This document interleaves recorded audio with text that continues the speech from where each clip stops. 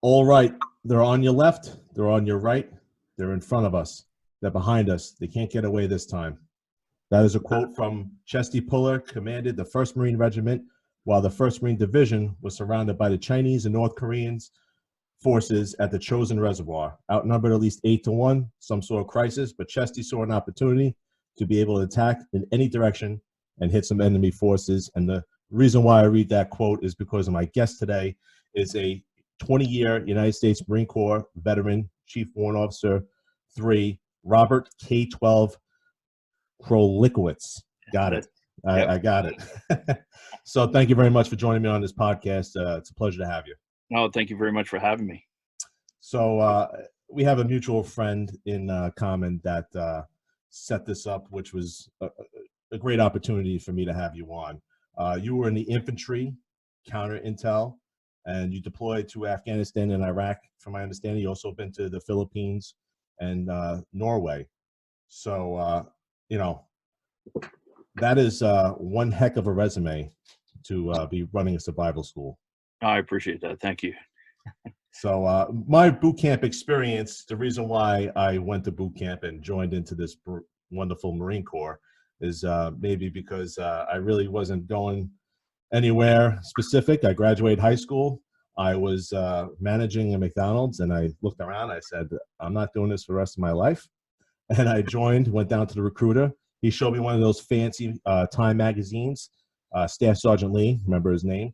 And it had a picture of him from the first Gulf War, and he was a scout sniper. And he sold me right there. And I thought, I'm going to get Time magazine. And that was my experience for joining the Marine Corps. My parents were like, what the heck did you do? And it was the best thing that happened to me. What was your experience, and why did you join the Marine Corps? Likewise. So joining the Marine Corps, ever since I was a little kid, that was the thing I knew I wanted to do. So all throughout high school, luckily, we had a Marine Corps Junior ROTC in my high school. So I joined that, and just as expected, I loved it. And then when I turned 17, I ended up joining the Marine Corps, and my parents had to actually sign a parental consent because I was under the age of 18 at that time, obviously. And then a few days after I graduated high school, I left for boot camp, went down to Parris Island, and spent there my 3 months there.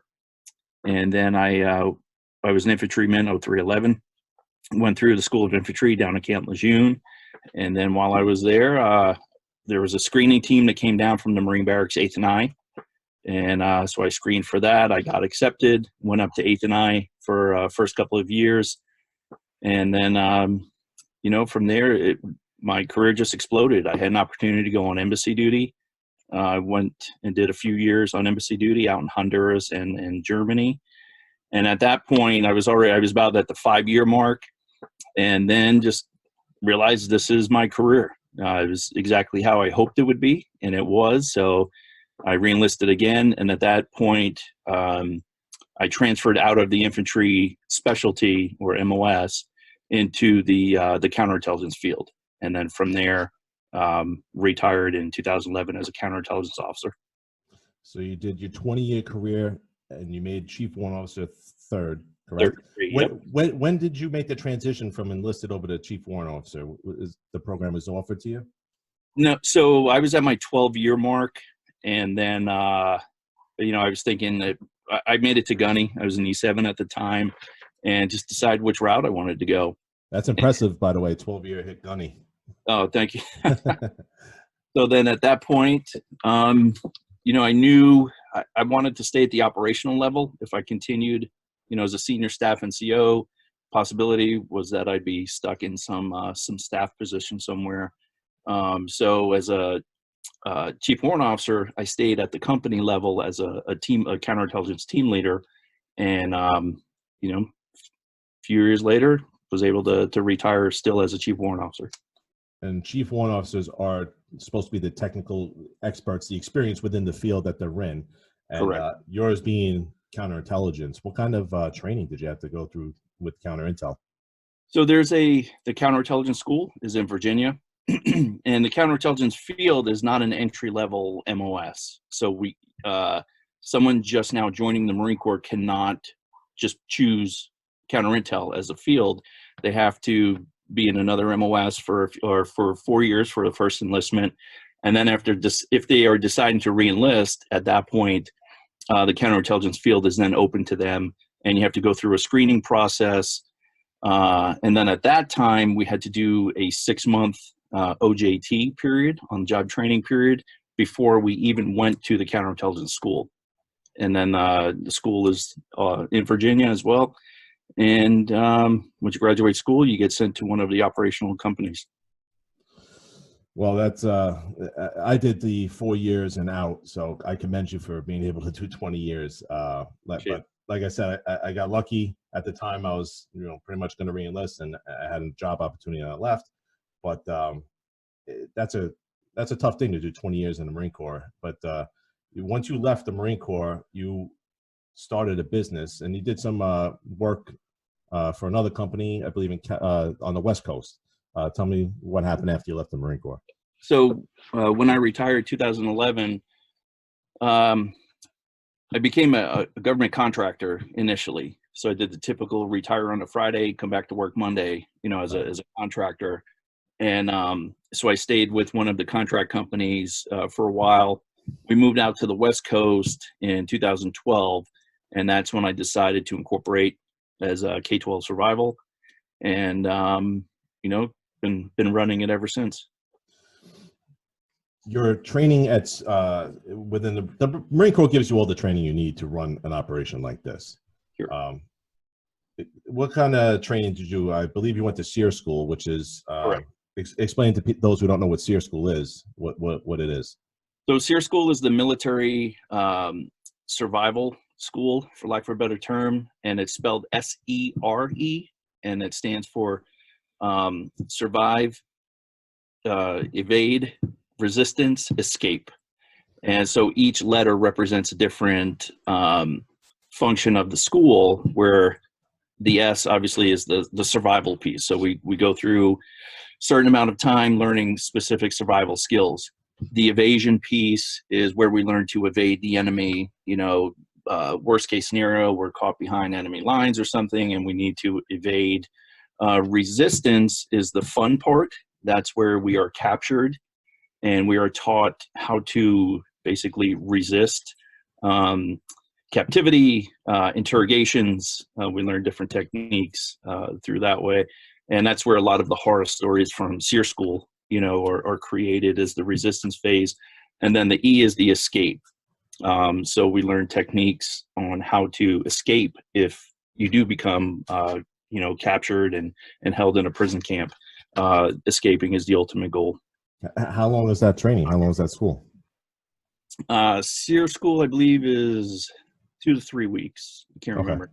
In a little while. That's a rough couple weeks, though. Navy SEALs go through that training.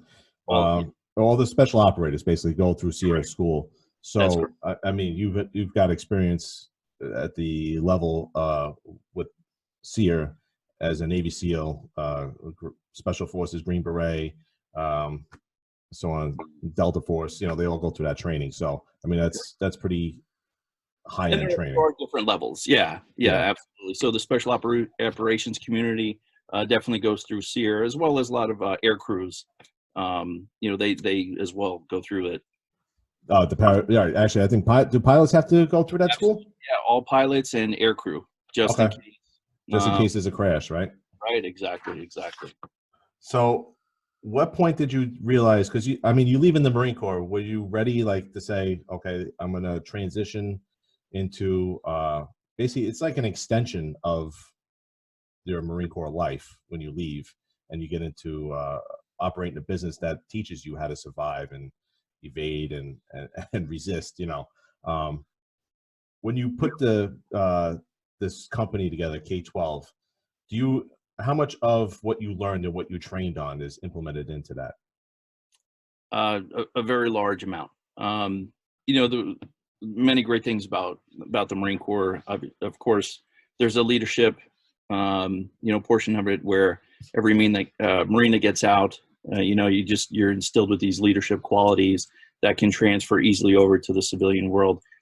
Definitely the SERE school has brought a lot of capability for me to transition over to the K12 survival, piece of my career now. And so I would say everything transitioned, from my infantry skills, just being out in the woods, to now having gone through SERE school, as well as many other civilian survival schools. And then, each piece, just like anything I do in life, I try to take the good out of everything. Also observe the bad, so I don't make those same mistakes, and then develop my own method, my own techniques, and carry on. And I think a lot of the techniques that you probably picked up was during some of your real world experience. You went to Afghanistan, Iraq. I'm sure you've had some real world scenarios that I was in Iraq for the 2003 invasion.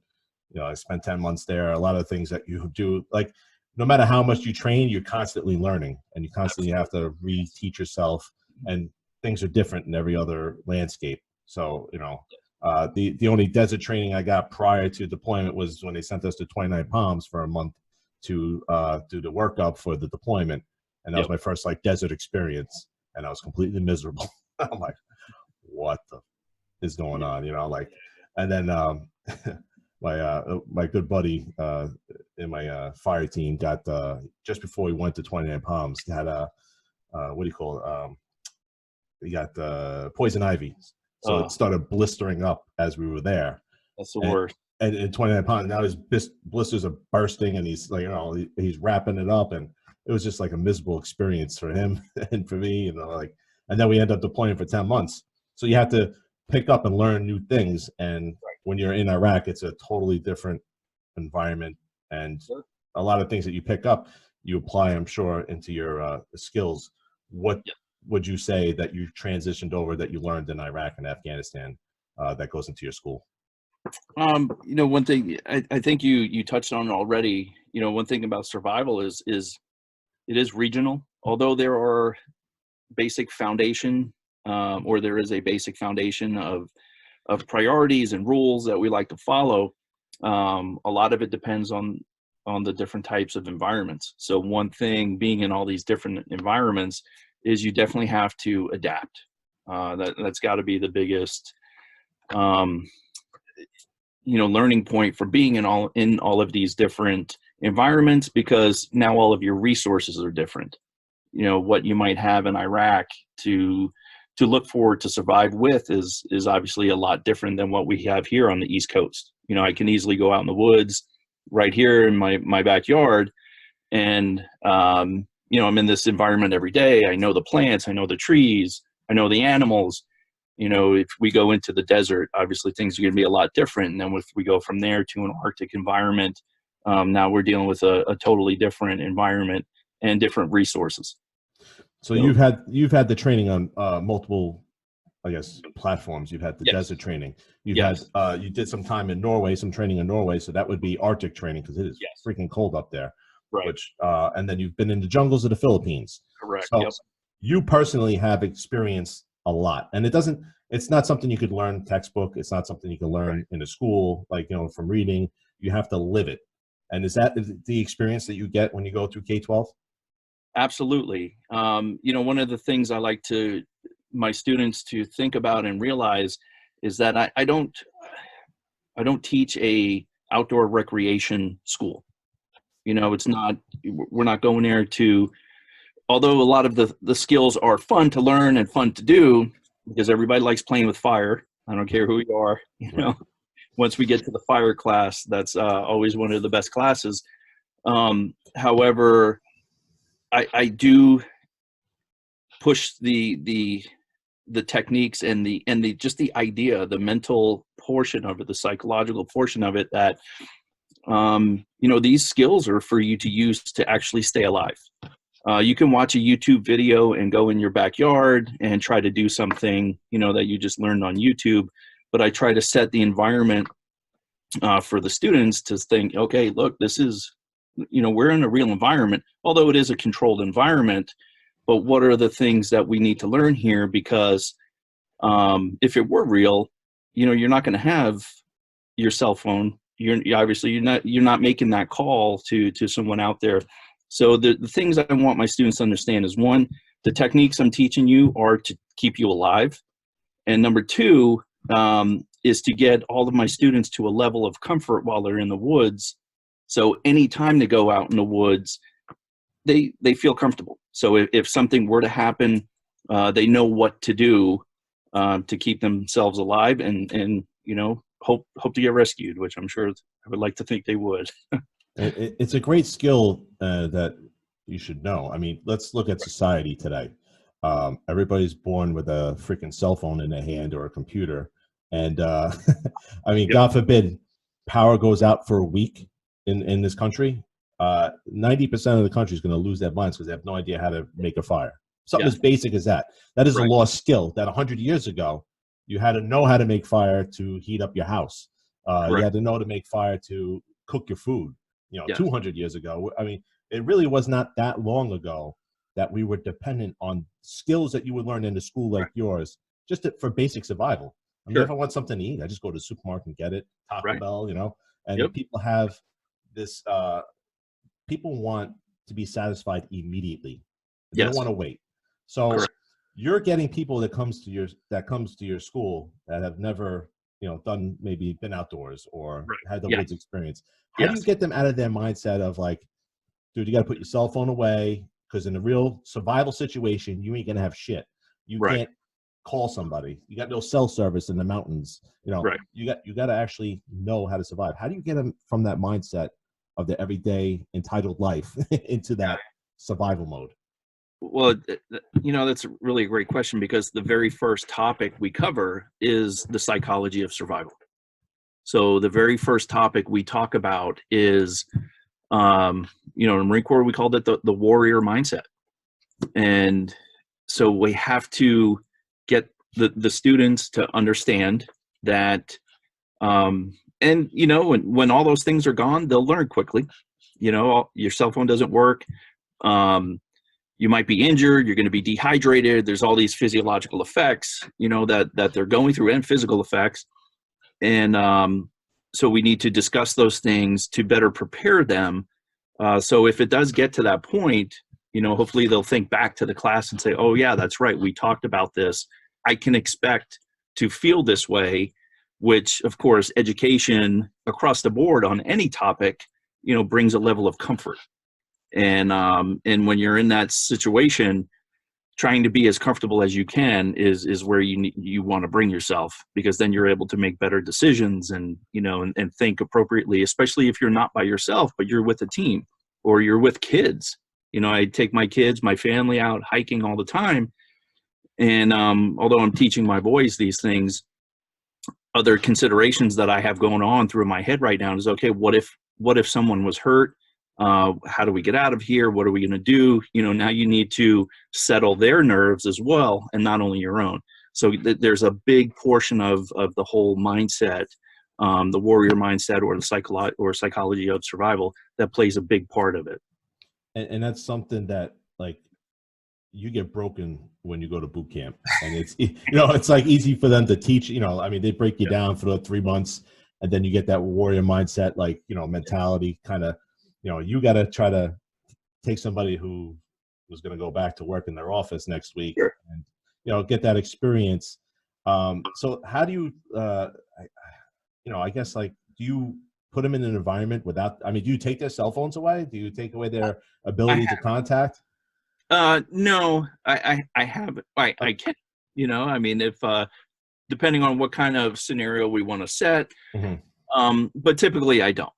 Because I also show them how to use their cell phone as a survival kit. There are parts of the survival of the cell phone itself, such as a signal mirror. You can hold your cell phone up and just create a simple reflection. Right. Older cell phones that we could break into to get the batteries out, you could start a fire with that. So overall, I don't take things away, but I do. I bring it. I don't use scare tactics. I don't want to scare them into it. It's a very educational environment, because if they're not learning, then nothing's being accomplished. But part of it is I do want to take them out of their comfort zone, to put them in some sort of environment. And to do that, I also incorporate some competitions, which everybody seems to like. And then, if some people just aren't getting it, we'll sit there and we'll work on it until they do. So like I said earlier, my main goal is to get them comfortable. So when they are out in the woods, just going on a simple day hike, they would know how to build a shelter, how to start a fire, how to put out a signal if they needed to, and how to find water. So what kind of structure, I guess, do you use? Does it change depending on your client, and whether it's a group, what they're actually looking for? Do they ask, we want to learn how to build fires and build shelter if we get stuck out? Or Yep. is your class structured to where there's a basic, and then you could add anything in depending on what you're teaching them? Right. Yes to both. I do have my structured classes, covering these topics. However, with the McChrystal group, when I took them out in Yosemite, I sat down with them because it was a private class and they wanted it tailored to to meet specific requirements. So with their leadership team, I went down to Virginia, I sat with them, and I gave them a general, guideline. I said, hey, this is my curriculum for, for a 2-day class. We could cover these topics. And they said, yep, we like it. Can we adjust here? Can we focus on this a little bit more? And so on. So I can completely customize a class if someone wants it, or you just come and take my my standard regimented classes. How long are the classes? Are they typically a couple days, or? It varies. I'll Varies. have a 1-day class, so we could do a 2-day class, 3-day class, up to 5 days. Okay, so you could take somebody out for a week, up to 5 Sure. days. Yep. Well, that's like a full experience. Yep. Cold, hunger. Everything. Cold, hunger. Yeah. So, what type of clients do you get? Like, how do they range? Are they mostly people who are in the business industry that are stuck in the office and just want to get out and get out into the wilderness and just be free and cut themselves off from society? Or is it, what type of clients do you usually get? Sure. I get clients from across the whole spectrum. So there's I get clients that are just into the backpacking, the camping, types of people that go out on the Appalachian Trail for so long. They want to take a class, before they hit the trail. Families as well, we'll take out some families. Then all the way up to, like I keep referring to the McChrystal group. Here we have a very established business, a corporate client that had a corporate event going on. It was a leadership building class or event for them individually or independently, and they brought me on board to teach my classes too. So, everybody from the outdoor, just people that love the outdoors, all the way up to corporate clients. How is transitioning from the military experience into running a business like this for you? I love it. It's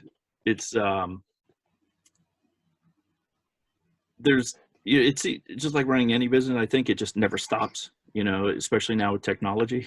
Yeah. always being contacted. You could be contacted, 24/7. And then, but the business experience is fun, I think. And this is, again, I don't think it's really, really working when you're doing something you love. Right. Do you consider this like an extension of your Marine career? That this is continuation of it? Because a lot of people leave the Marine Corps. They miss the people more Sure. than anything else. Like, I still keep in contact with a lot of people that I served with. We have a freaking group text that is endless. I look at my phone constantly and I have 70 missed text messages from 15 guys in the group, that we're in my company. We all text and talk shit to each other constantly. I have to put it on silent. Do you experience the same thing where, you miss the guys? Sure. And this is like an extension of that. Like, you're able to still be out in the wilderness and have that survival instinct and teach others how to do what you learned from your Marine Corps experience. Yeah, to some extent, I would say it is. Because, again, even before I joined the Marine Corps, loved being out in the woods. Joining the Marine Corps was an amazing experience where we did spend a lot of time in the woods. And then, now transitioning over to the civilian sector and just having that ability. I I just enjoy teaching people and helping people as well. So if these are skills that I have that have been given to me that I'm very passionate about, if I can pass this information on, it's definitely well worth it, and I enjoy it. And every warrant officer I ever met when I was in the Marine Corps it was like having a professor, when they taught you, the one that would, beat the hell out of you if you didn't listen. But, it was, Well, I don't beat my students. no, but, but, you operate out of New Jersey, northern New Jersey. Where in Jersey? Northern New Jersey. Yep. So anywhere what if you take them out to the woods, where do they go in Jersey? So right now I'm in the Morristown area, and however, I do have access down in Virginia, property down there. I could even actually go way out to the West Coast to Washington State, as well as Michigan.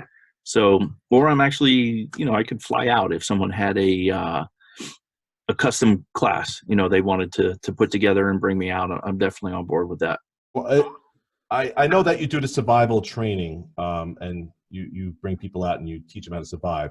Are there actual things that people could get now to keep in their house, God forbid something happens, that they can have on hand, ready to go, if they need to get out in the wilderness and survive right now? Yeah, absolutely. So along with my classes, I'm also starting my own product line. What I've started with, I have my K12 pocket survival cards, and they are 5 3x5 plastic cards, so they're weatherproof. It comes with a piece of jute twine with a fire starter. So you have a little spark rod. So not only is it packed with tons of information about surviving, but you do have a little fire starter that comes along with it, as well as my K12 survival kits. So everything you need to have, covering all of the priorities: shelter, water, fire, food, some navigation, tools, and it's in a vacuum sealed 1-quart bag, which can be used for water, and water tablets as well. So my kits, my cards, also have t-shirts, can be found on my Facebook page on the Shop Now button. And I'd be happy to help anybody out with those. So if you get one of those packages that you had, the vacuum sealed bag, what's inside the kit? You said the water tablets to purify your water. Correct. So if we go through the priorities, shelter comes with a space blanket. Shelter water, it has actually 2 water bags. So this 1-quart bag that is vacuum sealed in can act as one. And then there's another water bag inside along with the water tablets. Fire, it actually comes with a lighter. One of the other philosophies I live by when it comes to survival is practical survival. So it's a heck of a lot easier to start a fire with a lighter than it is a spark rod or rubbing 2 sticks together. So the fire piece, you'll have a lighter, you'll have a 4-inch spark rod as well, and then some tinder is already inside it. Food, to cover food, comes with wire for trapping and 50 feet of fishing line to include fishing hooks and a couple of sinkers. Signaling, it comes with a signal mirror and a whistle. All that in that bag. All that, and it actually comes with a little pocket knife. Tweezers are in here. Yeah, it's loaded down to cover everything, and it's small enough. It fits in a small bag like this. It's a small little Ziploc, and it fits right in your pocket. That's pretty impressive that you're able to get all that. That's the old sea bag mentality. Let's squeeze as much into that bag to make sure, you got everything in there. That's awesome. And then you vacuum seal it; it goes even smaller. That's great. And those cards that come with the kit, they teach you how to utilize everything that's in that kit, the bag, and how to start a fire with the. Yes. Okay. Yes. So there are instructions and examples on how to do everything: build a shelter, start your fire, where to look for water, how to find your water, procure your water. One of my favorite pieces right here is a bug nutritional chart. We talked about bugs earlier. So Yeah. it tells you how much protein is in a beetle or a grasshopper. Here's some snare photos, how to trap, some navigation using the stars and sticks and the sun. So it's loaded down with tons of information to include the fire starting. That's perfect. And it all comes in the pocket health thing. That's great. That's a great product. You know what? Even if you don't have the school, get that little kit and set there, and you should be, because everybody can at least kind of read. We're in that read and YouTube generation where we just want to learn how to do it real quick. That's a great way to do that, and get the information. So that's pretty awesome. If you were to take somebody out in this weather, do you get cold weather survival requests?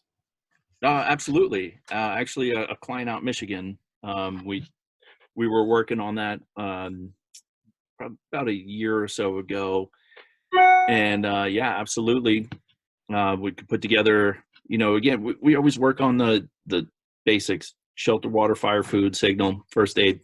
So again, just to change environment. If we continue just with those priorities, we can adapt and work in any environment. So yeah, the cold weather piece is always fun, especially again getting the shelters built and the fire started, especially in wet weather conditions. The cold weather in Michigan. Your Norway training. What was done in Norway? You had that you were experiencing Norway.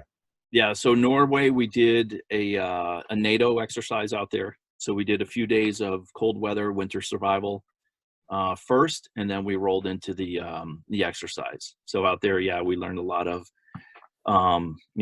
building a snow cave and a lot of cross country skiing, snowshoeing, things of that nature out there, and then had the exercise. Did you get to experience Norway at all outside of the training? We did for a short period of time. We had I think after the survival training, we had a couple of days before we rolled into the exercise. So Norway, I feel it's beautiful. Like from pictures I've seen, it's unbelievable. So managing your company and the clients of your business, obviously they're civilian minded, but managing Marines could be tough. How is that transition from managing Marines to managing, teaching civilians Marine skills? That's a good question. So because you could get Marines to listen, otherwise they're going to be scrubbing the deck pretty easily.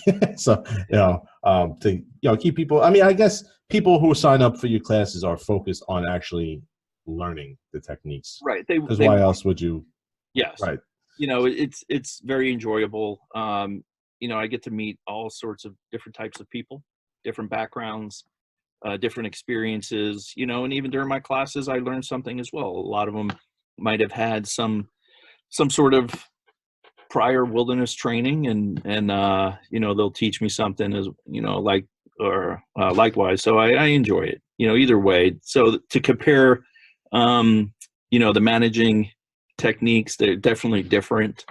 But I tell you, just on the civilian side, it's very, very enjoyable. The zombie apocalypse, you mentioned to me before the show that you had a fun little class. Explain that. Yeah. Tell me about that.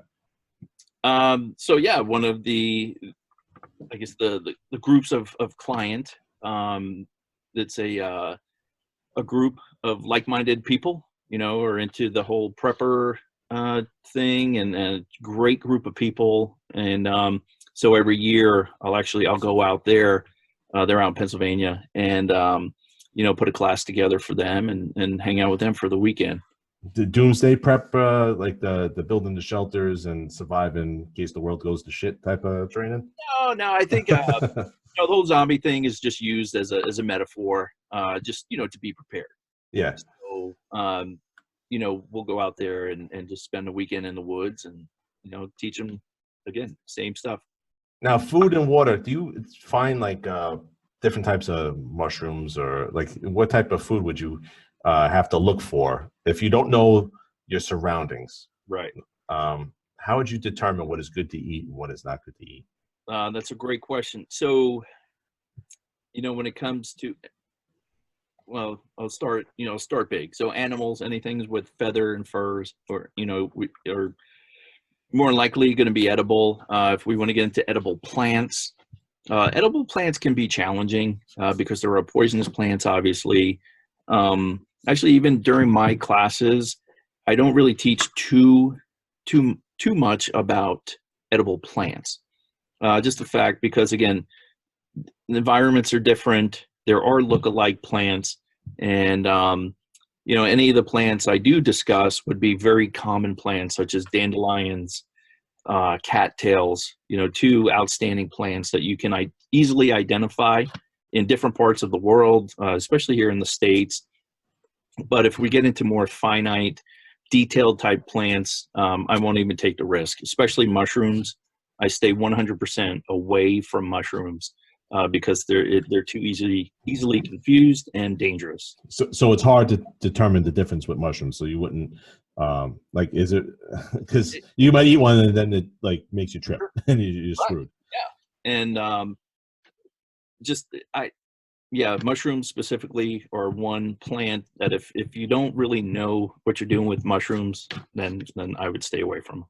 What about insects? Is there a different type of yeah. Well, that's so yeah. Insects. I do talk about insects. I think you have a higher chance of finding insects than you do an edible plant.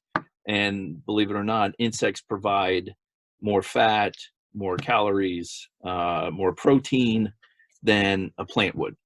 So, you can identify a grasshopper, you can eat grasshoppers, and a lot easier to identify a grasshopper than a specific type of edible plant, and you'll be getting more bang for your buck out of bugs. Same thing, the little roly-polies. You remember the little they crawl up into when you pick them up. Yep. Fantastic bug to eat. And I'm sure you've eaten all of them, huh? Quite a few, yeah. Blue lizard, whatever. But I guess when shit hits the fan, and you just got to suck it up and eat it. Yep. And I mean, it all depends how you prepare it. You Right. can mash them up and make them into a soup or something, and throw some plants in there that you can easily identify. And like wild onions here on the East Coast. I'm sure out on Long Island, we had them all over our lawn. It's otherwise known as onion grass. And you could dig them up right there, chop them up, and throw them in there, and you have onions. So they're that edible. You could just. Oh yeah. I would go out my front lawn, pull them up, and chop them up. Huh. I hated having those things in my grass. Yeah. I'd be ripping them out all the time, and you would get that like onion smell. Like, it smells like onions. I didn't realize that easy to eat. Yep. Water. Water is obviously the most important thing. Between the two things, you got water and food. Obviously, water would be the more important thing because your body survive. Body can't survive long. How long can you survive without water? So there's a simple rule in the whole survival community. It's called the rule of threes. Okay, and it goes, 3 minutes without air, 3 hours exposed to the elements, and then 3 days without water. Okay, and believe it or not, food is the very last priority because theoretically you could go about 3 weeks without food. So water should always be your first priority, aside from shelter. And again, your environment will dictate which priorities fall into place here. Typically, in my classes, we discuss building a shelter first, because you need to get out of the elements. Right? I said 3 hours exposed to the elements. If you're in a snowstorm and your clothes are wet, the chances of getting a fire have just deteriorated. However, you could still build a shelter in a snowstorm or a rainstorm to get you out of those elements. Mm-hmm. And then ideally after that, you want to start searching for water right away, because you'll probably already be dehydrated at that point. So the 3 day, it could go anywhere from 2 days to 4 days, even 5. There's plenty of stories out there where people survive different amounts of time in different environments. But typically the rule of thumb is 3 days without water. So definitely, you want to get water in you right away. Now, would it be fair to say that somebody, obviously, because we drink tap water, bottled water, somebody who's out in the elements finds a pond and starts drinking that water, is there any risk of illness or getting yourself even in worse condition, that there's a way to ensure that the water that you put in your body, there's a way to, I guess, kill any bacteria or whatnot. Sure. So there are waterborne pathogens, of course. Ones that we refer to commonly are Giardia and Cryptosporidium. And so, yeah, these can make you very ill. So purifying your water before you drink it is definitely recommended. Right. You definitely want to do that. Ideally, the best way to do it, if you don't already have some sort of commercially available pump, which will give you clean water immediately, boiling it is my go-to method.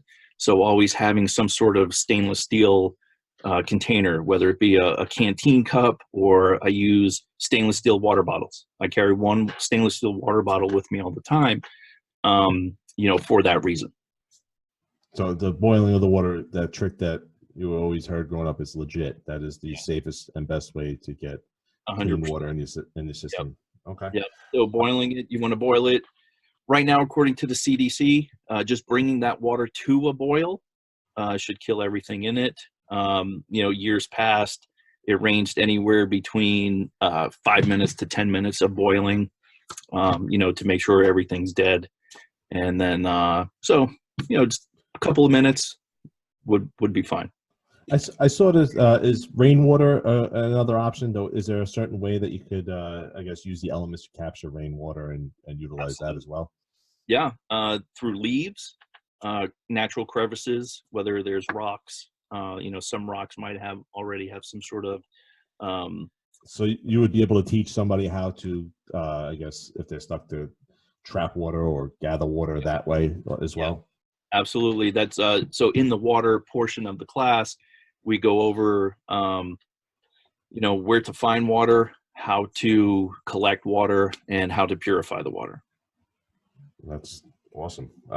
So we got food, water, elements, building shelters. Obviously, it dictates based on your environment. Right. A desert would be a hard place to build a shelter. But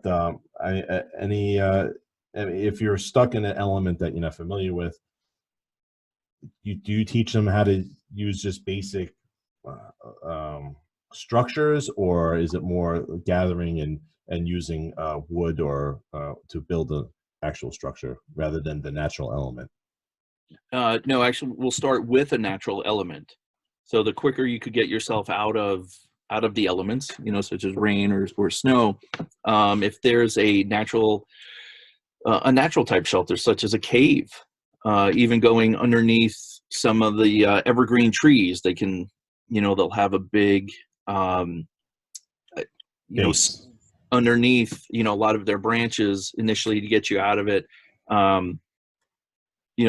Things like that. You can look for even a down tree. Sometimes if a tree is turned over in the woods, the root system would be popped up, and then there's a natural shelter. You can use that as a shelter. And if you have enough gear with you, you can even just throw something over it, such as a poncho or a trash bag or anything to get you out of the elements initially. And then as far as moving up from there, then we could go into carrying tarps or carrying a poncho with you. I mentioned trash bag already. Trash bag's a huge one. A space blanket. They fold out very small, easy to carry in your kit, and you have a natural way to, or you already have a way to just cover yourself up to retain your body heat.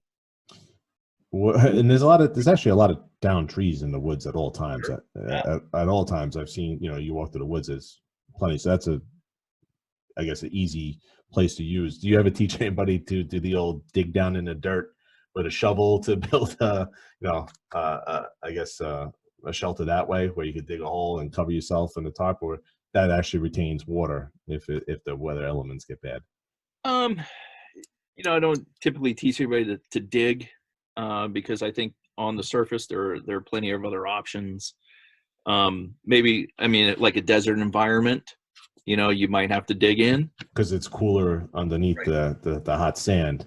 That would be a place to do that. Yes. And then you can, hopefully if you have something to cover, you dig a trench. It's a trench shelter. You dig out a trench, and then put something over it, and then crawl in there to get out of the sun. Sure. Well, you got 20 years experience in the Marine Corps. You've been deployed all over the world. You've been in all different types of environments. You've been to SERE school, SERE training. You've been a previous instructor at survival schools, and you own and operate K12 Survival Solutions in New Jersey. So how do everybody get in touch with you, request a quote, I guess, because a big thing that people want to know is how much is this experience going to cost me? Does it different based on what they're looking for, the time frame? How do you decide that? Sure. So typically my 1-day class is $125 per person, and we'll start at 8 in the morning and usually go till about 4 or 5. A lot of times we go longer, and I'm okay with that because that's where a lot of the questions come out, and we start really just debriefing, a lot what we covered during the day, or people might have more specific questions, towards the end of the day. And then, as if my 2 to 3 day courses will just increase from there. And then if someone wants a customized course, yeah, we'll definitely discuss pricing depending on how many people and, what they want to cover, how many days, things like that. So the easiest way to get in contact with you would be through what website? I'm currently rebuilding my K12 website. So right now I'm on Facebook, Instagram, and Twitter. Okay. Do you have, so look you up K12, Facebook, Instagram, and Twitter Right. to get in touch with you and request a quote direct, and then you'll just reach out to them via email. Okay. Absolutely. Sure. So I want to thank you for coming on and talking about your business and your experience. And, I had to throw in a Chesty Puller quote because when I was in boot camp, and I'm sure you were the same thing, that is one person that they embedded into your head is the greatest Marine that ever lived. Right. Yeah. So that's awesome. I recommend everybody to take this course because this is a survival course, something that we don't get to do anymore. We live very privileged lives here. God forbid something happens, the power grid goes out. You never know. Something as simple as classes that you get from K12 could be your answer. God forbid you need it, and it's better to have those tools than not have them at all. So right. I may get a group together and come take the class myself, to be honest with you. Get some That'd be awesome. Yeah. So if you are listening to the podcast on the audio versions, please subscribe. If you're watching this video on YouTube, hit the subscribe button below and subscribe to the episodes every Monday, 7 p.m. We are live here on YouTube and Facebook. Go to Facebook, The Exchange Podcast, Twitter, The Exchange Podcast on Twitter, and we're also on Instagram under my name, Kevin Wormhold. And I want to thank you very much for coming on, Rob. Great experience. Thank you for you got some of the wheels going back in my head of how I guess the term would be nasty I am compared to when I was a young fit Marine and knew all this stuff, and I kind of forgot half of it. But I want to thank you for coming on. No, I really appreciate it. Thank you for this opportunity. This was great. Hey guys, I hope you enjoyed that video. Subscribe to the show, like it, and comment. Also, if you want the audio version because you're traveling, you're in a car, and you can't watch it, you don't have time to watch the episodes, you could go in the show notes. There is a link provided. Stitcher, iTunes, iHeartRadio, whatever your pleasure may be.